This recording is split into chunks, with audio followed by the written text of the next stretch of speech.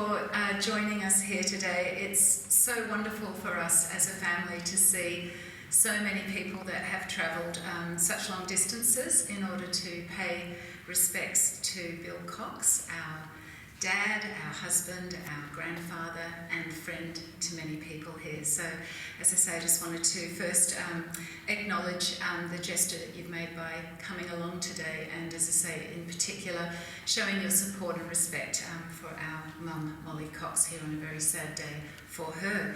I'd also love to acknowledge the flowers and pieces that people have brought and shared with us out the front here, and I would love to say for people especially locally to please drop in at Mum's for the next few weeks to actually have a look at the incredible garden that her and Bill put together over many years, because it is absolutely about to bloom in all its magnificence, and I'm sure that Mum would love the company and love the opportunity to show you her beautiful garden over the next couple of weeks. I'd also like to just pay an acknowledgement to the Wallabunja people of the Yuin Nation, whose land we're gathered on here today, and to pay respects to elders past, present and emerging. So, Bill Cox, he was a complex character, and this would not be a truthful eulogy if I were only to wax lyrical about all of his fabulous traits. So fear not, you will get probably your fair share of schmaltzy memories, but I'm going to start with one of his lesser attractive qualities, and perhaps the key defining personality trait of his. And we saw this in full bloom last week, and this was his phenomenal stubbornness. So not only did his stubbornness come in handy over the years, where he set himself a task and determined to see it through to the end.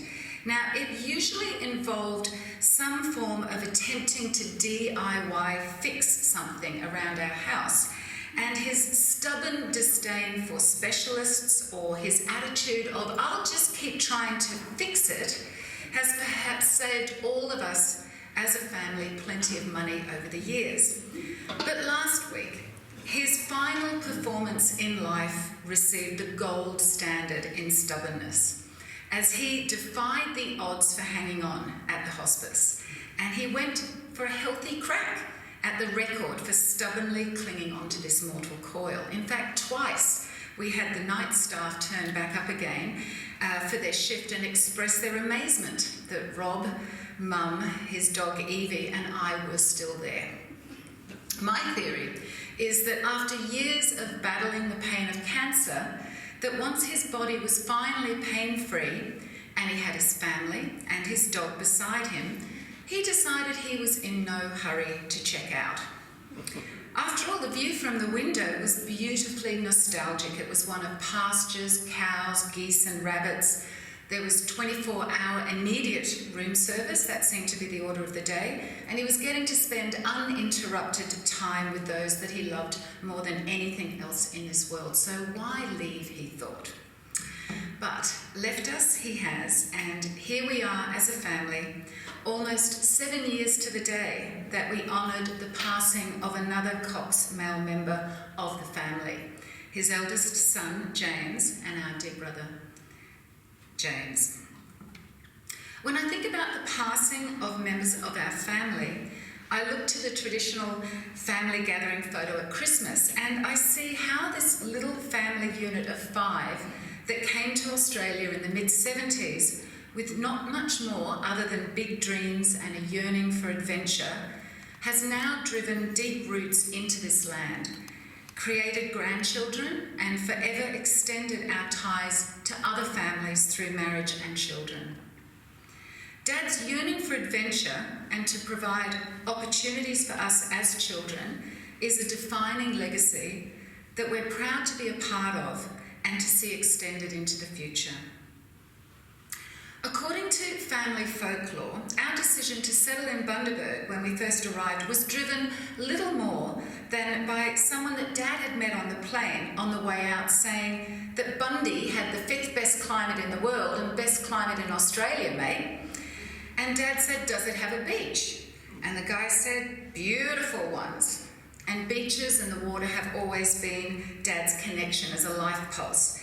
So that was the extent of the market research, and off we set to set up our new lives in Bundaberg. Mum and Dad's reason for swapping their tiny island home of Jersey for the vast expanse of this island, home of Australia, was all about seeking ways for them to create better opportunities for us kids. Dad was first and foremost a family man. His wife and his kids came above all else, and Mum and Dad's 61 years partnership is a testament to that commitment. That doesn't mean that it was all roses, but I think that that's the truth of every family dynamic, that roses and thorns exist side by side, but nevertheless continue to bloom. Life growing up in Bundaberg was one filled with innocence, independence and adventure.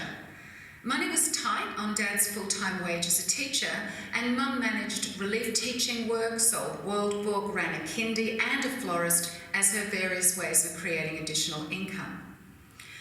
I really don't remember us as kids wanting for much, but I do believe that Dad's past life was as an infamously stingy Jersey potato farmer, as he was always looking for ingenious ways to scrimp and save, or DIY, or make do, or work it out by trial and error. I've recently been watching the Yellowstone prequel with Mum, 1833, and I'm reminded of this pioneering spirit being fully present in the Cox household, helmed by Dad. Rather than settling for a suburban house on a suburban block, Mum and Dad bought acreage out of town. And after getting the builder to get our house to lock-up stage, Dad then proceeded to learn how to become a bricklayer, a tiler, a carpenter, a plumber, and an electrician. Timber and resources were rarely purchased, but rather foraged around the countryside. Rooms were built from timber offcuts, the pool was paved with stones dug up from fields, and scraps of metal from beside the road were gleefully brought home in the trailer for a second life. The 2.5-acre-long fence was built 3 times through trial and error, as Dad worked out what would and wouldn't stand up. And I have mixed emotions and memories regarding this ingenuity, as many, many hours of my youth were spent as his working lackey. I've spent the past week in Mum and Dad's spare room, staring in awe at the final thing that he built, a built-in wardrobe. Or, because of his determination, despite his failing health and lack of perception due to blindness in one eye, to DIY this project. There's not a straight line in sight. Doors open and then close with murderous resistance. And the design is based on the size of pieces of timber that he could purchase, rather than there being any plan to follow. But that was our Dad. He always did things his way, and he always stubbornly got there in the end. His handiwork wasn't always perfunctory and practical objects. My earliest memories are playing with farmyard pieces that he crafted himself, and over the years our house has been filled with wooden toys for Elsie, dioramas, boats in bottles, bookends, and model boats that he created from scratch. He may not have looked like the classic arts and crafts kind of man, but he certainly was one at heart. Dad's teaching career shifted into working with children with special needs, and perhaps the largest DIY-style creation of his involved his entire school cohort and all the students themselves. Bundaberg had an annual Harvest Festival parade, and Dad took inspiration from Jersey's famous Battle of Flowers, which involved huge floats being created from flower heads held in place with frames and chicken mesh. Never to do anything by halves, huge garden beds were created in the school grounds. Thousands of marigolds and chrysanthemums were planted, and a sugar cane harvester frame was concocted on top of a lorry. Come the day before the festival, the school was a hive of activity as the children cut the flowers they'd tended and worked with the teachers to create a massive cane harvester made entirely from flowers. The town was in awe, and the second year, the kids were so keen to be further involved that the structure this time involved a massive Indian head and headdress, and all the kids dressed as Indians following behind. The last 15 years of Dad's teaching career saw him shift down to the Sunshine Coast area and become a regional advisor to children with special needs. He worked hard as an advocate to keep the children in mainstream education system as long as possible and provided personalised support to the parents and siblings of these special needs children. I'm so glad that he and Mum got a good 20 years plus of retirement living under their belt. After a lifetime of hard work, it's lovely to see them being able to travel and pursue new adventures with more freedom again, as us kids had by then moved on, setting up our own lives. The reason for moving to the Bay nearly 20 years ago was because of an invite from my in-laws, Ainsley and Mike, to come visit for Christmas. They were so enamoured with the area that by the end of the trip, they'd bought a house here. And this was before Marcus and I were married, by the way, so we thought, well, this is a bit of a nod of approval. Soon they moved down to make it their new home. One of the things that has filled us with joy is seeing the pleasure that Dad took in his grandfather duties. He was a master storyteller, card player and trickster with them all, and took such incredible pride in watching them all become young adults. Having lost his own parents early in life, it filled him with pleasure to be able to play the role of granddad with aplomb. Back to this notion, though, of him being a man of contradictions. Some might find him quiet, even taciturn, and it's true that he loved nothing more than having a good book on the go, a Sudoku puzzle to ponder, and birds in the garden to watch in silence. However, put him in charge of a Master of Ceremonies duty, and especially as a speech maker, and a whole new bill would emerge. He was a surprising speech maker, to say the least. Gesticulating wildly, eyebrows up, a confusing myriad of storylines that would magically draw to a perfect conclusion right when you thought not only he'd lost the plot and his audience, but everything would miraculously come together. And we have 2 wedding speeches and my 50th to attest to these memorable appearances of the other side of Dad. Dad was a hugger, a bear hugger of both men and women alike, and I'm confident that every person in the room here has experienced one of his hugs before. An unabashed showing of emotion from a person who other times might have appeared quite reserved and self-contained.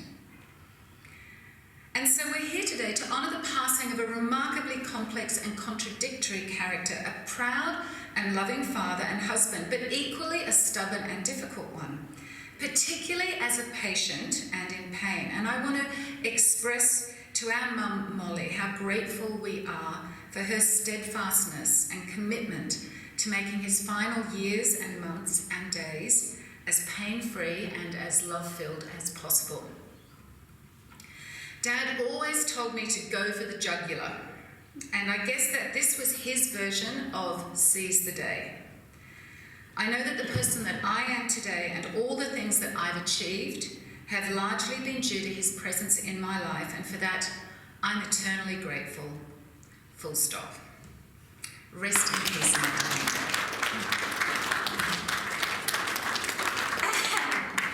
I clearly remember the first and last words that Bill Cox said to me, and in between them 61 years of my life have passed. His first words, along with a summonsing from his finger, was, "Hey Blondie." It was September 1961 and my first night in the common room at Teachers Training College in Portsmouth, England. I just arrived earlier in the day from my tiny village of Cowbridge in Wales, young to be starting college but eager to be getting on with this adventure called life. Little did I know that night of the adventures that my life partner would take me on for the next 6 decades, and the countries that we would travel to. Bill was in his 2nd year of teacher training, a dashing tall man with a blonde mass of curls and a competitive desire to win at things, including the card game that he and his best friend Dougie were in the midst of when I arrived in the common room. As the story goes, Bill became frustrated at his card partner Dougie being distracted by my entrance and summoned me over with instructions to sit on the arm of Dougie's chair so that he could recommence his focus on his hand of cards. This would bridge, by the way. I suppose it was a sound plan, but I don't think that Dougie's girlfriend, who I suddenly found myself sitting next to, thought the same. Needless to say, nothing ever transpired with Dougie, but with Bill, however, it was a different story. By the end of our time together at Teachers College, we had decided to spend the rest of our lives together. Bill had come over to England from his beloved island of Jersey, where his mum and dad had made a wonderful life for him, and his elder sister Mary. Bill's father was the master pilot of the Jersey Harbour and responsible for the safe passage in and out of the harbour of all the sea vessels that plied their trade with the island. His mum was an excellent seamstress, but as was the way of things in those days, she forsook her career to focus on raising Bill and Mary and providing a wonderful home for them and Bill's father. During the busy summer tourist season, she would supplement their income, however, by taking in lodgers and providing them with board and meals. My love affair with Jersey started from the first moment that I landed there with Bill during our college holidays, and even though it was only our home for 10 years, it's a place that has been held dear in both our hearts. Anyone who's ever been to any of our homes in Australia will be familiar with our walls of paintings of scenes from there. We were married as soon as I finished college in Wales, in front of both of our families. And then after a year of working in England, we moved to Jersey for us to set up our lives there. As teachers in those days, it was certainly a vocation and not a means to making a lot of money. Our life was incredibly frugal, but when it came to fun times with friends and family, there were great riches to be found. We both enjoyed the heyday that was Jersey in the late 60s and 70s. We scrimped and saved, both working as teachers during the daytime and with evening jobs to supplement our income and enable us to start our family and buy our first home. We'd saved £1,000 of our own and we were granted a state's loan. Looking back on it now, it was truly remarkable that with no financial assistance from either of our families that we were able to own the roof that we put over our head. But I think that this shows the dedication and commitment that Bill had to being a family man and the head of his family. And it's a defining part of his entire life to have always put his family first.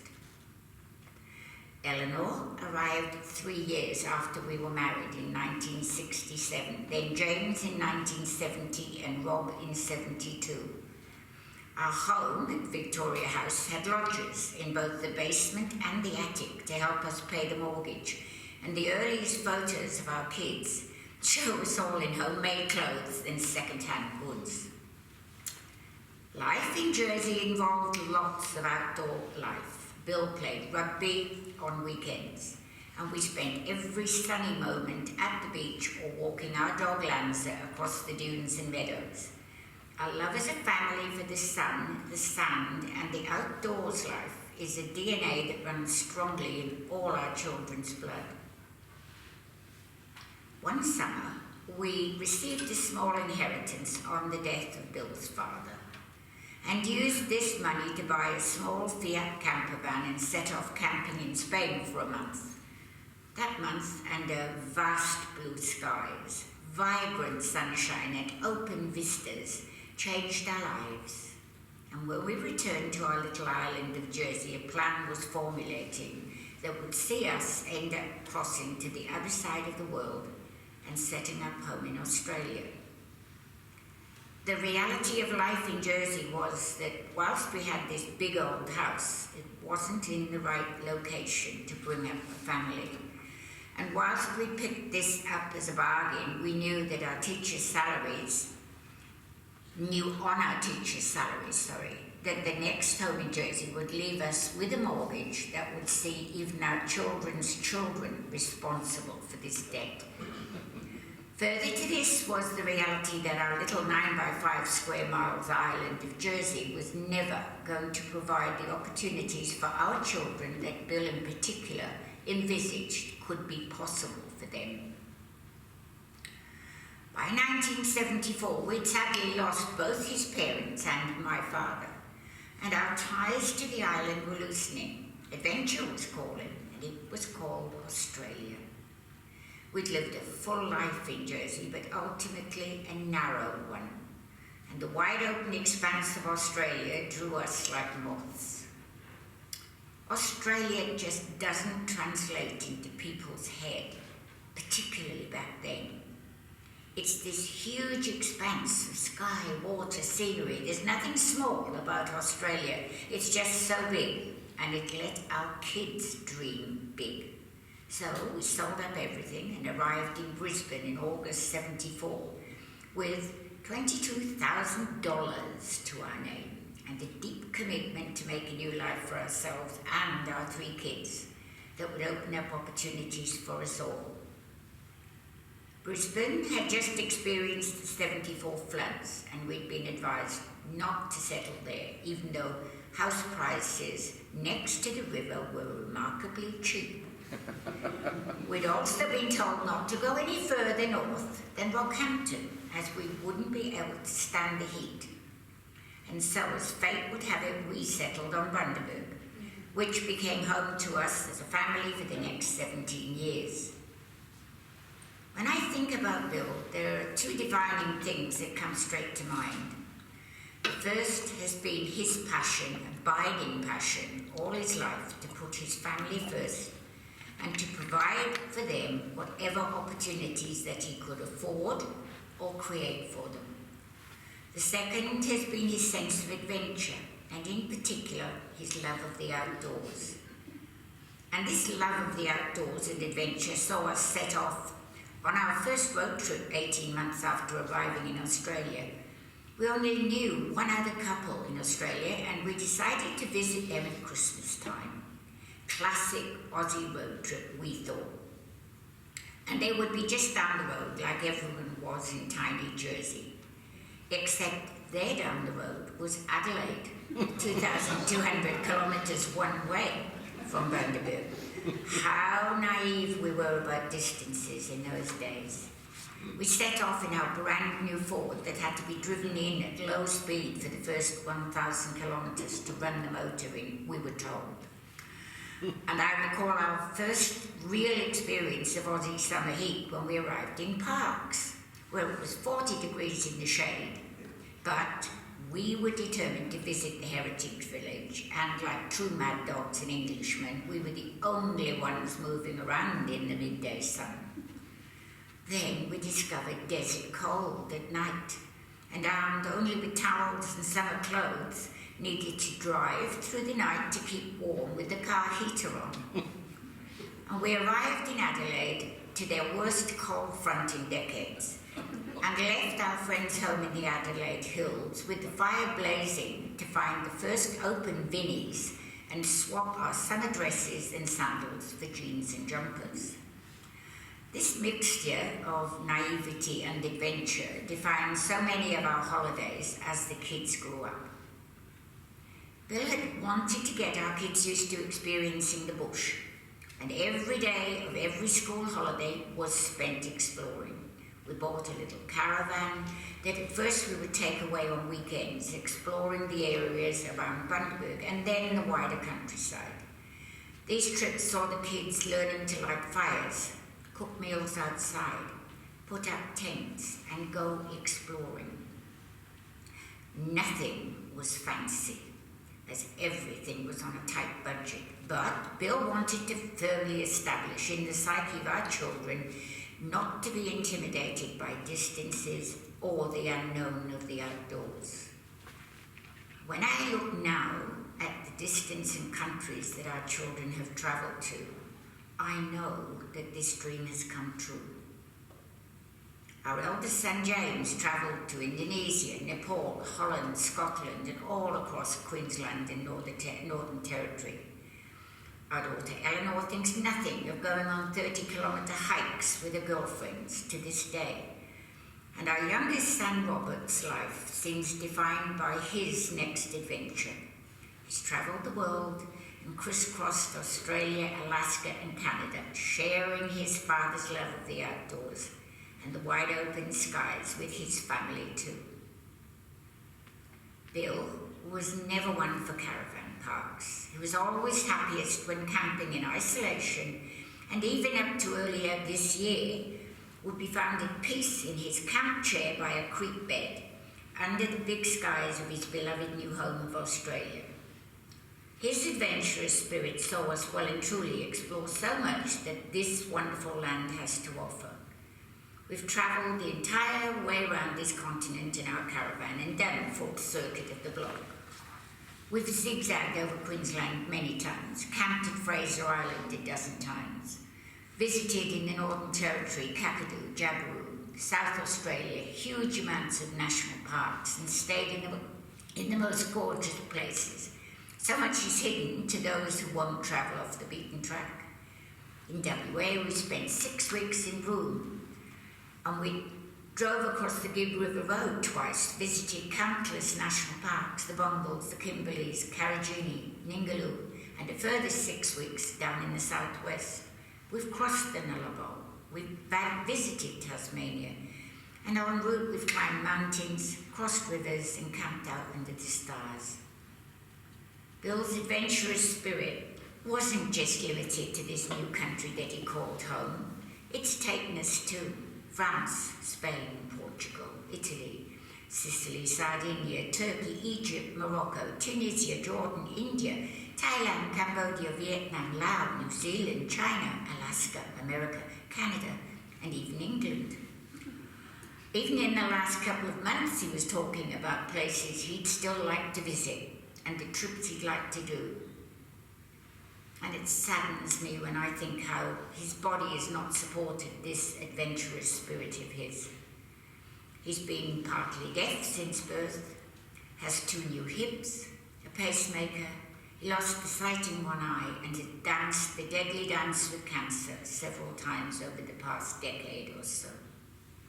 His days with the Batemans Bay bushwalkers needed to come to an end when he felt like he was more of a liability and hindrance than a walking companion. And similarly, his time spent volunteering with the Long Beach Rural Fire Service saw his active duties diminish. He did, however, love nothing more than heading up to the RFS shed and keeping things tidy in there. When I look around this room and see the picture on Bill's coffin of his 3 children and 8 grandchildren and all that they've become, I know that his legacy for his devotion to family and his love of adventure will remain strong in all of them. His last words to me a week ago were, "I just want to go to sleep." And I'm so glad now that he is at peace and away from the terrible pain that racked his body this past year or so. To have been able to have loved and adventured with him for 61 years is an experience that I am so incredibly privileged to have had. He certainly wasn't perfect, none of us are, but he was my Bill and our Bill, and he will be loved forever.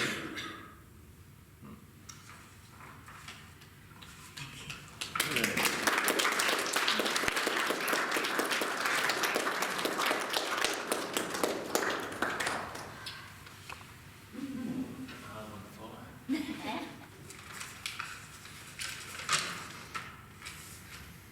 I think I just wanted to talk about some memories of Dad. So we obviously came out here, and so I don't really remember a jersey or anything like that. So the early memories were Norval and walking to school, and they used to make us wear these sandals. That's why I'm crying.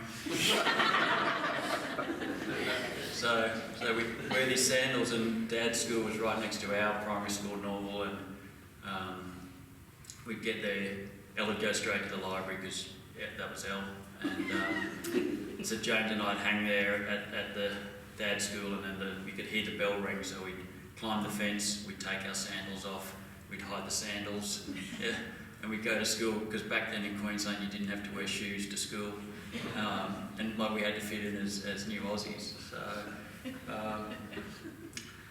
So probably one of the other ones, and Mum had mentioned it was the Cane Festival, and they had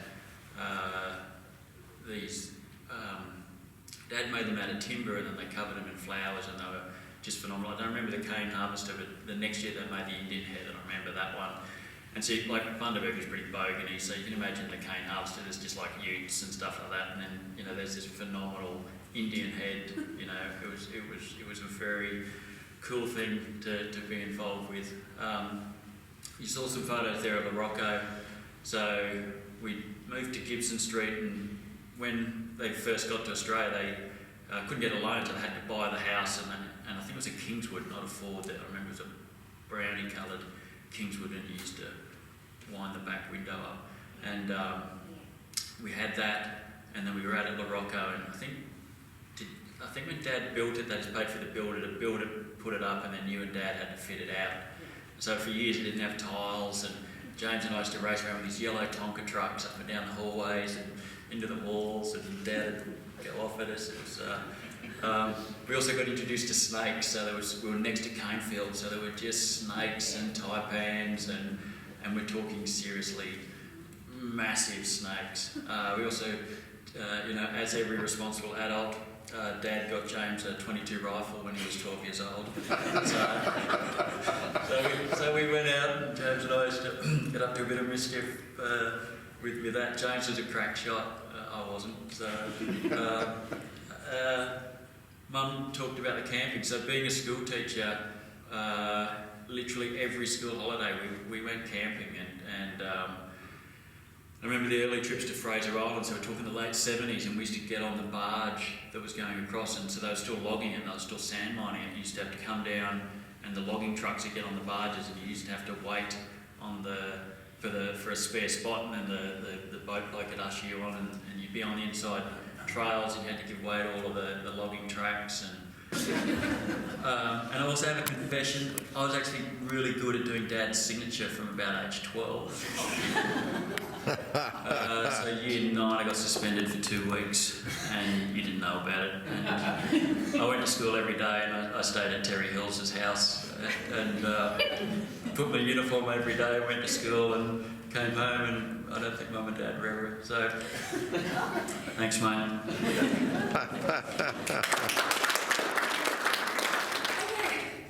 So, amazing. That was the word I used the first time I ever beat Grandad at Scrabble. Now, the Z was on a double letter score, and the whole word was on a triple word score. So you can imagine how excited I was at the ripe age of 12, knowing that I had finally beat Grandad.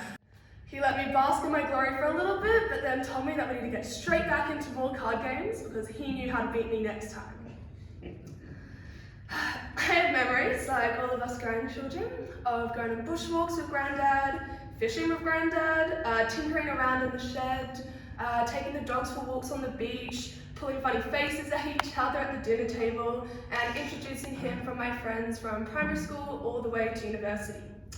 But my favourite and clearest memories happened at that dining room table with the window looking out on the garden and playing cards. We could spend whole days at that table, playing cards, learning new strategies, talking about my life, talking about his stories. We would start a chess game, and by the end I would be so engrossed in his dramatic retellings of his dad at war, or his childhood in Jersey with his sister, or the pranks he did at universities or adventures in Bundaberg, that by the end I would hardly have noticed that he had placed me in a perfect checkmate. It was a great strategy of Grandad. To be fair though, I never minded losing when Grandad was storytelling. It was, in fact, my favourite part about playing cards and games with Grandad. He would have this way about him that I'm sure you all know, where when telling stories, he would be able to paint a picture so perfectly that by the end I would come away believing that those were my memories too. In those moments, I never felt closer to Grandad and in awe of the incredible life that he had had.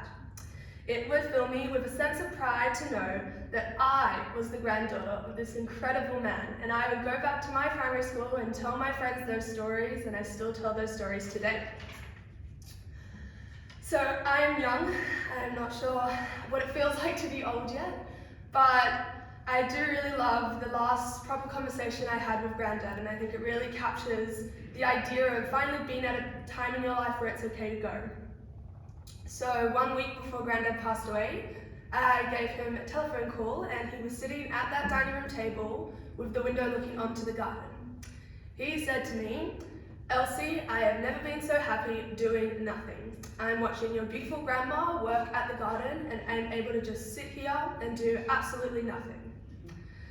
Grandad had the most exciting, inspiring life, living across continents, touching the lives of so many people and giving an unending love to his family.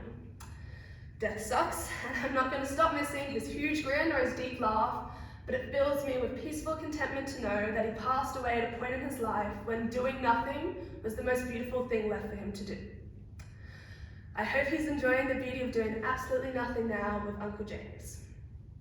I hope that I will live a life so full and exciting as his, that I get to a point that all I have left to do is sit and look at the garden and enjoy doing nothing. I will tell my grandchildren the stories he told me over cards, and they will tell their grandchildren those stories too, so that the infamous Bill Cox, my granddad, will never be forgotten. So I won't forget the first word I ever used to beat Grandad at Scrabble, because I think that's the word that captures my granddad entirely. Amazing.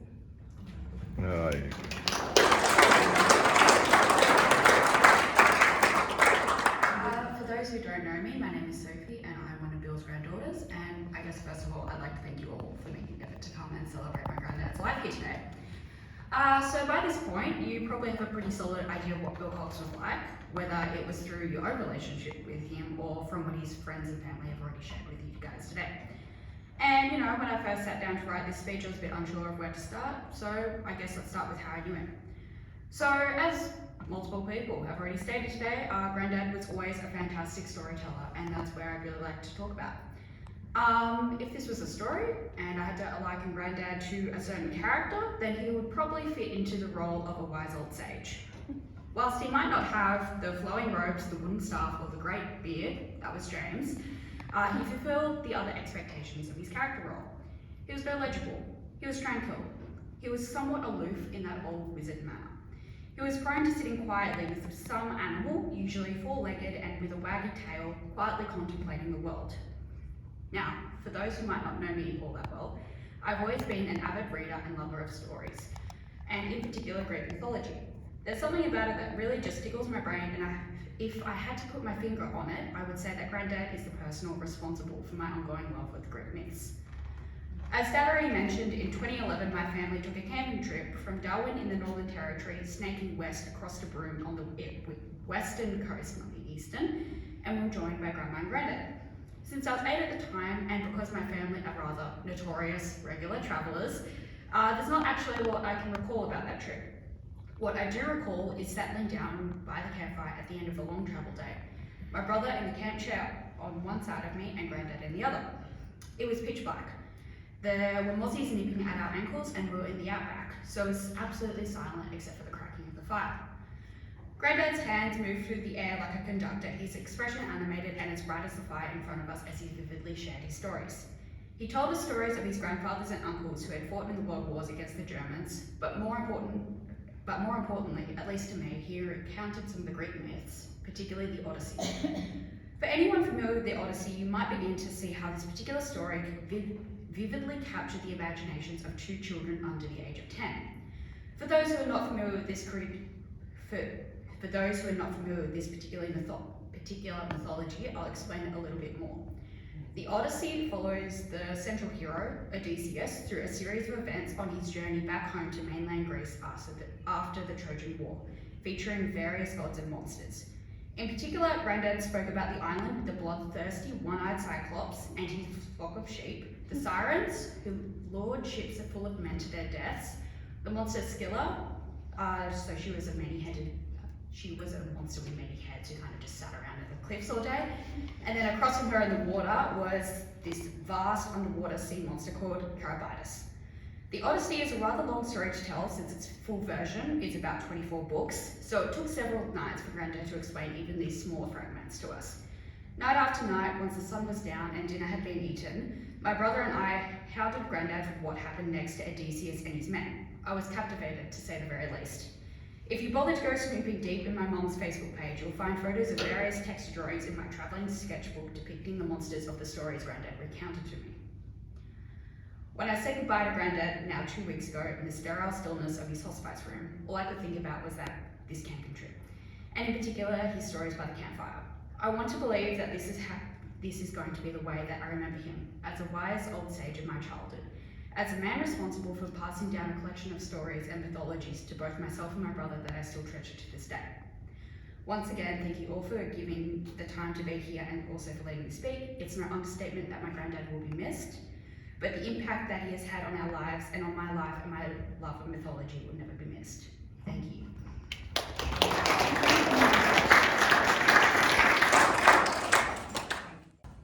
I'd like to thank everybody for coming today, including some of our friends from tennis. Probably that's the bit was left out.